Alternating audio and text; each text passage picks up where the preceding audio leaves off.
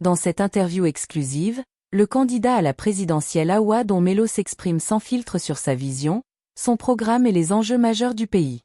Il dévoile ses priorités pour la jeunesse, l'économie, la gouvernance, la souveraineté nationale et sa stratégie pour transformer la Côte d'Ivoire. Face aux questions, il aborde aussi des sujets sensibles, justice, réconciliation, sécurité, relations avec les grandes puissances. Est-il l'alternative que beaucoup attendent? Quels sont ses atouts et ses défis? Une rencontre rare, honnête et intense, qui permet de mieux comprendre l'homme derrière le candidat. Reste jusqu'à la fin. Certaines déclarations pourraient bousculer le paysage politique. Abonne-toi pour ne rien manquer des interviews présidentielles et des grandes analyses politiques. Et donc, plus de 90% des Ivoiriens vivaient en milieu rural. Et donc, notre capacité de production, elle était beaucoup plus tournée vers l'agriculture. Et nous avons fait notre preuve. On est devenu premier producteur mondial de cacao. Et dans plusieurs domaines de l'agriculture, tels que le coton, l'EVA, le palmier à huile, etc., la Côte d'Ivoire est vraiment dans les top 5 de ces matières premières. Ça veut dire que nous avons réussi ce challenge. Le deuxième challenge, c'est de passer d'une économie des matières premières à une économie des matières grises, parce que nous avons maintenant beaucoup de cadres qui sortent des écoles et des universités et qui ont une formation extraordinaire en Côte d'Ivoire et à l'extérieur de la Côte d'Ivoire. Nous avons besoin que toutes ces intelligences viennent prendre en main le destin industriel de la Côte d'Ivoire, ce qui va permettre d'industrialiser totalement la Côte d'Ivoire et donc passer des matières premières aux produits finis, ce qui exige de la matière grise. Et donc, on n'est pas des docteurs qui chôment ou plusieurs cadres qui chôment parce que sortis des écoles, tout simplement parce qu'il n'y a pas d'usine et ils sont obligés d'aller en Europe, là où nos matières premières se transforment en produits finis. Il faut que ces matières grises-là travaillent maintenant pour le continent africain, pour industrialiser le continent. Voilà ce qui explique que nous avons besoin de passer de la matière première à la matière grise, qui constitue un capital humain important. Vous parlez beaucoup de souveraineté. Et comment vous définissez la souveraineté aujourd'hui dans le contexte ivoirien? La souveraineté suppose un développement du peuple par le peuple et pour le peuple, parce que la souveraineté appartient au peuple avant tout. Et ce n'est pas le cas en Côte d'Ivoire? Comme je vous ai expliqué, en 60, une bonne partie de notre souveraineté a été sous-traitée dans le domaine militaire, dans le domaine monétaire. Et en 2025 et dans le domaine aussi économique et industriel. Et en 2025, nous pensons que l'heure est venue pour se libérer des liens qui ont été tissés pendant la période post-coloniale pour qu'on prenne en charge nous-mêmes notre destin militaire, monétaire et notre destin industriel. Voilà ce que j'appelle... Est-ce que vous n'êtes pas en train de faire comme ces pays de l'AES qui ont rompu avec le colon, l'Occident, on va dire la France, et aujourd'hui se rapprochent de la Russie? Non, ce que moi je veux, c'est une rupture militaire, une rupture monétaire. Parce que lorsque vous avez un instrument monétaire comme le franc CFA, le problème de fond qui se pose, c'est que votre politique monétaire n'est pas définie exclusivement par vous, mais en partenariat avec l'ancienne puissance coloniale. Et donc cette politique monétaire-là, eh bien souvent, ça vous prive de votre épargne et ça vous rend non compétitif par rapport aux autres économies. Et donc en se libérant de cette chaîne-là, nous sommes capables non seulement d'avoir nos réserves chez nous, mais de créer un fonds souverain qui puisse nous rendre complètement souverains dans le financement de notre économie, comme les pays du Golfe, qui, lorsqu'ils ont pris leur souveraineté sur leur pétrole, sont devenus des bailleurs de fonds de toute la planète et financent eux-mêmes leur développement. Lorsque vous visitez ces pays, vous vous rendez compte de ce que signifie la souveraineté économique. Voilà ce que je veux pour la Côte d'Ivoire et pour le continent africain. Et en parlant de souveraineté et de résilience économique, vous proposez également d'annuler les accords de défense avec la France. Quelles seraient les conséquences concrètes également? Mais comme le Ghana, comme le Nigeria, comme le Maroc, comme l'Algérie, comme l'Éthiopie, comme l'Égypte, comme l'Angola, comme tous ces pays qui eux-mêmes ont leur propre puissance militaire pour se défendre. Et ils ont leur propre complexe industriel, au moins pour fabriquer les munitions et les fusils et les armes nécessaires pour se défendre.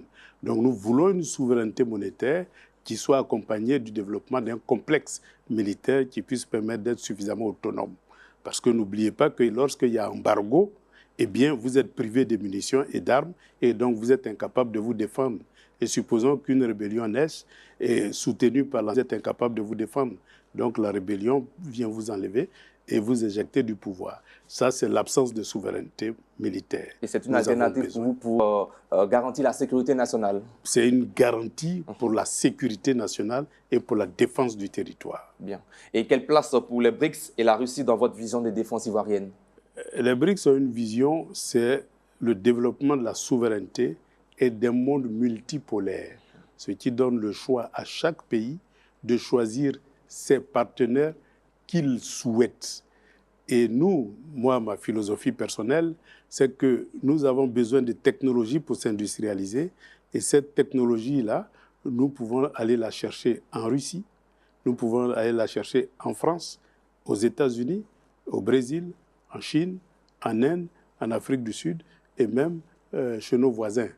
Et donc, c'est ce monde multipolaire-là qui ouvre un champ énorme en matière de coopération internationale. Ça, c'est la vision des BRICS. Protection de la souveraineté et coopération multipolaire.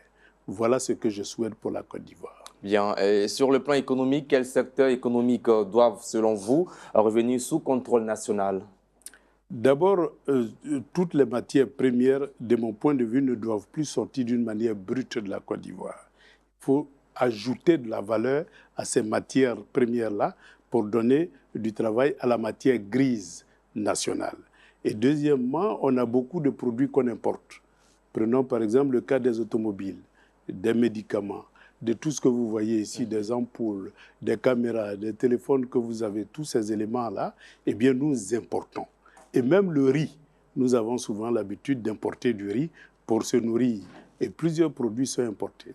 Et donc notre objectif, c'est de sélectionner un certain nombre de produits pour ne plus qu'on les importe, mais qu'on les produise sur place. Nous avons beaucoup de véhicules, il y a même des embouteillages partout, mais nous sommes incapables de produire une pièce détachée.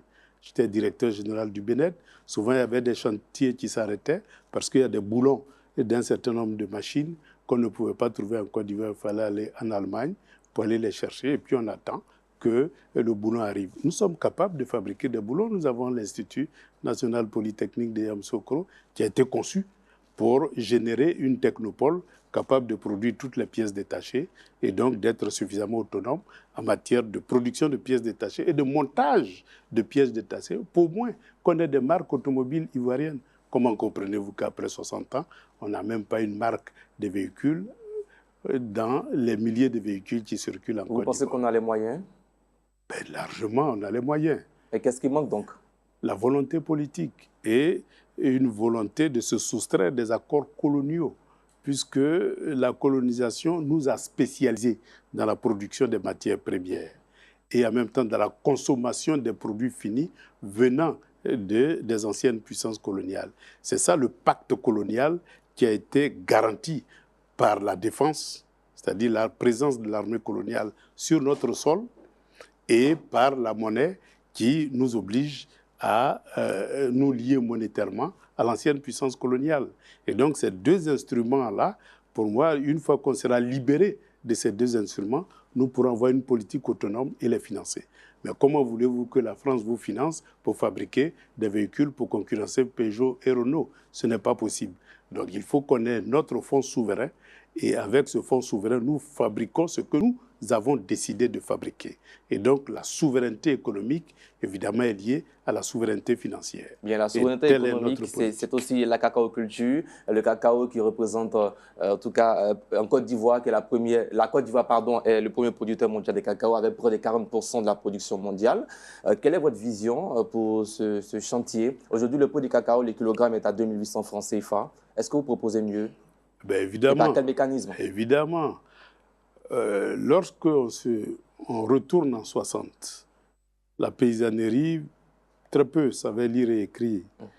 Moi, je me souviens, dans ces années-là, au début des indépendances, il y avait des villages. Quand vous recevez une lettre, vous êtes obligé d'aller en ville pour faire lire la lettre. Ça veut dire que lire et écrire n'était pas le point fort de cette population paysanne-là. Mais aujourd'hui, les paysans ont des enfants qui sont là à l'école. Donc, on peut passer d'une agriculture paysanne à une agriculture moderne, c'est-à-dire créer des entreprises modernes. Et les enfants des paysans sont capables non seulement de produire, mais eux-mêmes d'aller chercher là où on vend ces produits-là au mieux. On paye le cacao à 2800, mais sachez que sur le marché international, c'est à 6000 au moins le kilo. Et lorsque vous allez en Russie ou en Biélorussie, les prix montent. Vous allez en Chine, vous avez des prix intéressants. Donc le producteur peut lui-même, soit seul ou collectivement en coopérative, ou avec l'appui des PME nationaux spécialisés, eh bien, se lancer dans la commercialisation de ces produits-là. Ce qui fait qu'au lieu de 2800, eh bien, c'est 6 000 francs, déduction faite des coûts de transport, de l'assurance et du fret. Et donc, ça permet de s'enrichir beaucoup plus et donc de réinvestir pour transformer sur place ces matières premières en produits finis et s'approvisionner de technologies modernes pour accroître la production et la productivité et diversifier aussi bien du cacao au vivrier, du vivrier à l'élevage et de l'élevage à la pêche. Donc nous avons là une dynamique de diversification horizontale mais verticale. Et donc ça peut permettre d'engager un processus de développement autocentré et autonome, c'est ce que j'appelle la souveraineté dans le domaine du cacao. Et donc nous devons passer d'une économie cacaoyère à une économie du chocolat. Et vous pensez qu'on a la main-d'œuvre adéquate en Côte d'Ivoire? Évidemment. Aujourd'hui, si les Ivoiriens, par exemple, vous donnent 5 ans, est-ce qu'en 5 ans, on pourra mettre en place ce projet? Aujourd'hui, vous avez près de 400-500 000 diplômés chaque année. Et il n'y a que 100 000 qui ont de l'emploi. Donc, on a un volant des jeunes. Imaginez-vous tous ces jeunes-là, eh bien, nous pouvons les utiliser pour le développement industriel avec un minimum de formation qualifiante, puisque c'est des diplômés, mais ils n'ont pas de qualification. Il faut passer donc du diplôme à la qualification pour leur donner du travail dans les usines. Et ça, cela est possible puisqu'on a des grandes écoles et nous serons en partenariat avec plusieurs écoles dans le monde. Et aujourd'hui, avec l'intelligence artificielle, former professionnellement une personne n'est pas quelque chose de compliqué. Et donc, nous pouvons à distance faire des formations de courte durée pour qualifier nos jeunes et les mettre directement au travail. Bien. Et quelle politique pour donner du souffle aux entreprises ivoiriennes qui souffrent assez? Les entreprises ivoiriennes souffrent de plusieurs facteurs.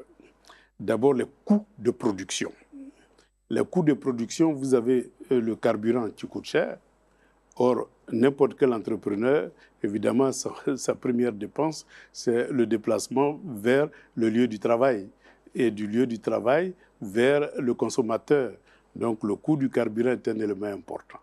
Et aujourd'hui, quand vous voyez en Côte d'Ivoire le prix du litre de carburant, eh bien, vous voyez que ce n'est pas du tout compétitif. Nous sommes à plus de 800 francs, mais nos pays concurrents comme la Chine, etc., qui sont des pays industrialisés, eh bien, le prix est différent. Vous allez à Moscou, vous avez le litre à 250, au maximum 300 francs le litre, toute taxe comprise, contrairement à 800 ici. Donc, vous avez un gap de compétitivité dans ce secteur-là. Pourtant, nous avons du pétrole, comme la Russie. Et qu'est-ce qu'on fait? On extrait le pétrole. Comme c'est des concessions, ça ne nous appartient pas, on l'exporte. Et pour faire tourner notre société ivoirienne des raffineries, on est obligé, on exporte notre brut et on est obligé d'importer du brut pour alimenter notre cire. C'est une aberration qu'il faut corriger. Et donc, c'est toutes ces aberrations-là qui vont permettre de baisser le coût, le prix du pétrole. C'est comme l'électricité. L'électricité, c'est à peu près du thermique et de l'hydraulique. Le thermique, c'est le gaz. Le gaz que nous utilisons pour alimenter nos centrales, c'est du gaz qui a été concédé à des opérateurs privés qui produisent le gaz et nous l'achetons comme si nous l'achètions à l'extérieur de la Côte d'Ivoire. Donc le coût évidemment est élevé.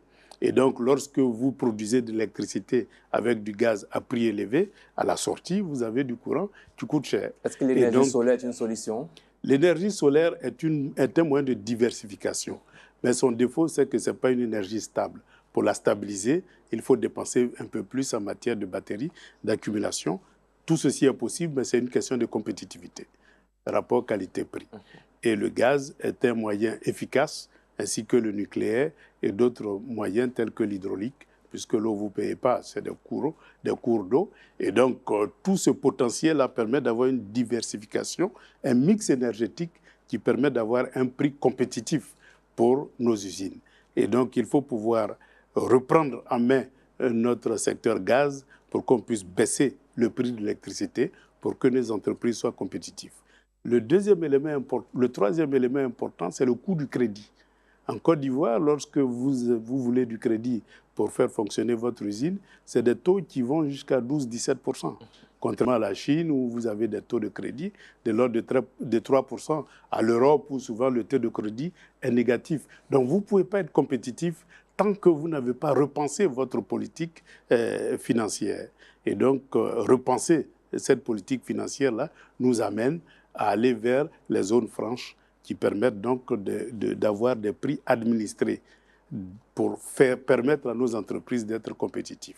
Et puis le dernier élément important, c'est le CFA lui-même. Le CFA n'est pas compétitif par rapport au Naira, ni par rapport au RMB, au yuan RMB. Il faut donc avoir sa propre monnaie. Il faut avoir sa propre monnaie et avoir sa propre politique monétaire qui permet à la monnaie d'être compétitive par rapport aux autres monnaies concurrentes. Bien justement, on a des pays qui ont leur propre monnaie, mais des pays que la Côte d'Ivoire ne vit pas forcément dans la sous-région africaine.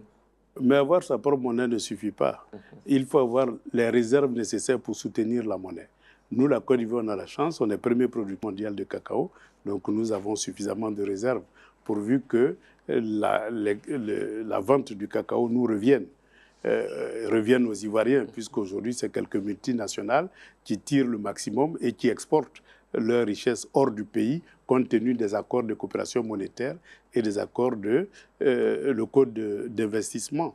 Donc, si nous avons nos réserves qui nous reviennent et que notre or, parce qu'aujourd'hui, on produit à peu près 50 tonnes d'or par an, mais c'est des contrats de concession où on n'a que 5-10%, et puis les 90%, c'est pour celui à qui on a concédé ces contrats-là. Il faut tout simplement renégocier ces contrats-là pour que notre or nous revienne. Donc, si notre or nous revient, que nos devises, nos réserves en devises nous reviennent, nous sommes capables de soutenir n'importe quelle monnaie. Mais si vous n'avez pas mis en place une telle économie et que vous créez votre propre monnaie, mais vous allez à l'abattoir parce que vous n'avez pas la contrepartie de la monnaie que vous avez créée en termes de réserve. Or, c'est ça qui fait la force et la puissance d'une monnaie. Qu'est-ce qui fait la force de l'euro? C'est toutes les matières premières que nous leur vendons. C'est ça qui constitue leur matière. Et tout l'or que nous leur cédons pour garantir leur monnaie, ça leur permet de lever du financement sur le marché international. Bien. Et donc, notre souveraineté exige qu'on ait suffisamment de réserves en or et de réserves en devises pour avoir une monnaie forte. Toujours dans le chapitre économique, quelle réforme fiscale pour les entreprises ivoiriennes? D'abord, la réforme fiscale, il faut voir ça sous plusieurs aspects. Parce qu'il y a le passage de l'économie informelle à l'économie formelle. Il faut très vite mettre en place un programme qui puisse permettre de passer de l'économie informelle à l'économie formelle. Cela va permettre d'élargir l'assiette fiscale et donc d'avoir une politique fiscale qui ne soit pas du harcèlement fiscal, mais que tout le monde paye ce qu'il faut payer, mais d'une manière consensuelle, parce qu'aujourd'hui, eh bien, la politique fiscale est définie d'une manière administrative et autoritaire. Il faut négocier.